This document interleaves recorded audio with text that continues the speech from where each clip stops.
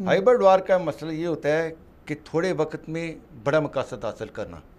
ठीक है, उसके लिए 3-4 चीज़ें जो है ना वो इनिशिएटिव लेना पड़ता है। एक आपका महकमा तलाक़ात आमा जो होता है, एक आपके सफारती तलाक़ात होते हैं, एक आपकी सोशल मीडिया टीम है, और एक आपकी माशी जो है मुल्क की हालत। ये 4 चीज़ें जो है इसका बुनियादी चीज़ें बनती है।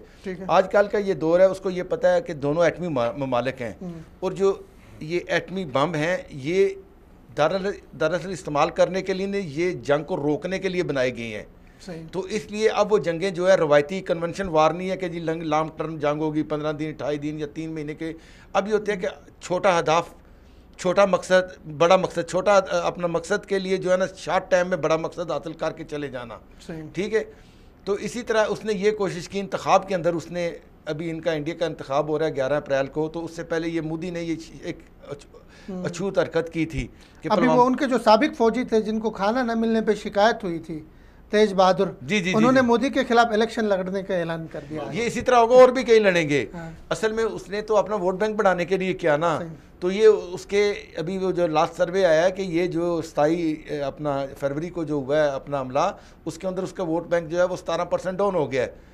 तो ये उसको डिसएडवांटेज हो गया असल में जो मतलब ये कसीरुल जिहाद एक जंग है जिसको हम इस नाम से पुकारा हाइब्रिड के नाम से पुकारा जा रहा है। अब इसके लिए उसको ये जो जनरल साहब सैयद अताउर सैयद ने जो बात की है इंग्लैंड में बैठ के, उसने कोई ऐसे हवाई बात नहीं की, उसने ग्राउंड रियलिटी है। उसने ग्राउंड रियलिटी इसलिए की है कि उसने देखा कि पाकिस्तान पिछले 15 साल से अनदेखे दुश्मन के साथ मुकाबला कर रहा है। ये हमारा तो देखा हुआ दुश्मन है पाकिस्तान के, तो इंडिया तो देखा हुआ दुश्मन है, तो इसलिए पाकिस्तान को इंडिया इस पे मैंने गौर किया ना। देखिए अगर बात कर रहे हैं, उन्होंने ISPR की बात की, उन्होंने एक जुमला इस्तेमाल किया जनरल साहब ने, उन्होंने कहा इंडिया में ISI को तो सब जानते हैं, लेकिन ISPR ISI से भी खतरनाक है, ये कोई नहीं जानता है। उसने कुछ मिसालें दे दी, बाद में इसको सोशल मीडिया उनके TV चैनल ने उठाया। उन्होंने कहा देखिए एक मिसाल आप ले लें, भारत ने सर्जिकल स्ट्राइक का दावा कर दिया। उसूली तौर पे पूरी कौम को मानना चाहिए क्योंकि उनकी फ़ौज ने कहा हमने सर्जिकल स्ट्राइक किया। पाकिस्तानी ISPR ने जिस जगह पे भारत ने दावा किया था सर्जिकल स्ट्राइक का, उस जगह पे इंटरनेशनल मीडिया को लेकर पाकिस्तान के ISPR पहुँच गया। ये पहली दफ़ा जब सर्जिकल स्ट्राइक का दावा किया था, इंटरनेशनल मीडिया को दिखाया कि यहाँ पे कोई सर्जिकल स्ट्राइक के निशान नहीं है। ISPR ने मुकामी लोगों के वहाँ पे इंटरव्यूज़ नशर किए जो तमाम TV चैनल्स पे चला कि यहाँ पे कोई सर्जिकल स्ट्राइक नहीं हुआ है। उसके बाद इंडिया ने दावा किया कि जी पाकिस्तान इंडियन जहाज़ों ने जाके बालाकोट पे मारा है, इतने 300 बंदे मर गए। ये उनके फ़ौज का बयानिया था, उन्होंने कोई प्रूफ नहीं दिखा सका। पाकिस्तान के ISPR ने जब 2 जहाज़ गिराए तो उनके प्रूफ भी दिखाए, उनके ढांचे भी दिखाए, उनकी फुटेज भी दिखाई। तो ISPR ने इंडिया के अंदर तक उसके असरात गए और वहाँ पे उनकी राय तकसीम हो गई, उनके कौम की राय तकसीम हो गई। फ़ौज कुछ कह रही है और कौम उसको मानने के लिए तैयार नहीं, जबकि हमारी तरफ हमारे जो ISPR ने कहा, हमारी फ़ौज ने कहा, उस पर कौम ने कोई सवाल नहीं उठाया, कौम मुत्तफिक हो गई क्योंकि उसको प्रूफ किया हमारी। बिल्कुल एक चूँकि उसको एक जर्नल एक हेड कर रहे हैं, उसका एक पूरा शोबा है और साथ में हमारे मीडिया से वो लिंक में रहते हैं, तो ये बहुत अच्छा ISPR का एक चेहरा जो है भारत को। बिल्कुल पाकिस्तान की जो कौम है, पाकिस्तान की जो अवाम है, वो फ़ौज पाकिस्तान के साथ खड़ी हुई है। सही। और ये बात इंडिया के साथ नहीं है। इंडिया के अंदर जो वहाँ की कौम है वो मुनक़सिम है, वो तकसीम है।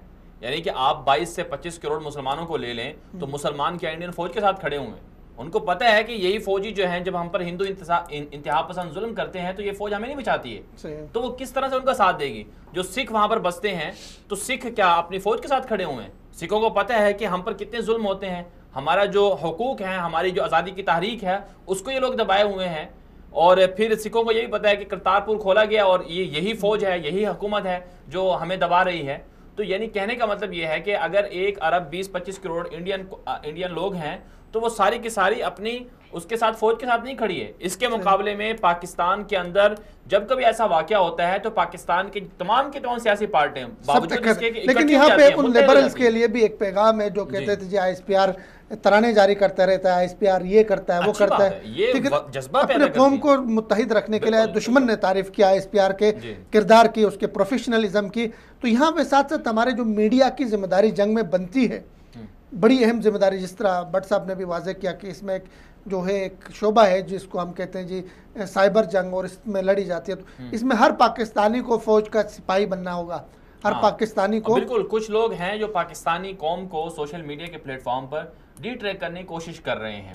और ये बिल्कुल ठीक बात है। जो हाइब्रिड वॉर है, ये जो 5th जनरेशन वॉर है, इसका मतलब ये है कि आपने घर में बैठकर अपने मोबाइल से और अपने टीवी चैनल के रिमोट से आपने जंग लड़नी है। ये है असल इसका खुलासा 5th वॉर जनरेशन का, कि लोगों के जहन को आपने कैसे कंट्रोल करना है। तो सोशल मीडिया पर कुछ लोग हैं, सेकुलर लॉबीज हैं और इंडिया की तरफ से लोग बिठाए हुए हैं जो अपने आप को पाकिस्तानी शो करके पाकिस्तान के अफवाद के खिलाफ बकवासात करते हैं। ऐसे लोग हैं जो इस तरह की बातें करते हैं, कौम को तकसीम करने की बातें करते हैं, जो कहते हैं कि हर चीज में फौज का कसूर है, जो कहते हैं हर चीज में फौज को इन्वॉल्व करते हैं। तो भाई साबित हो गया इंडियन जर्नल की तारीफ से कि जी हमने उनके जर्नलों को पढ़ाया। आगे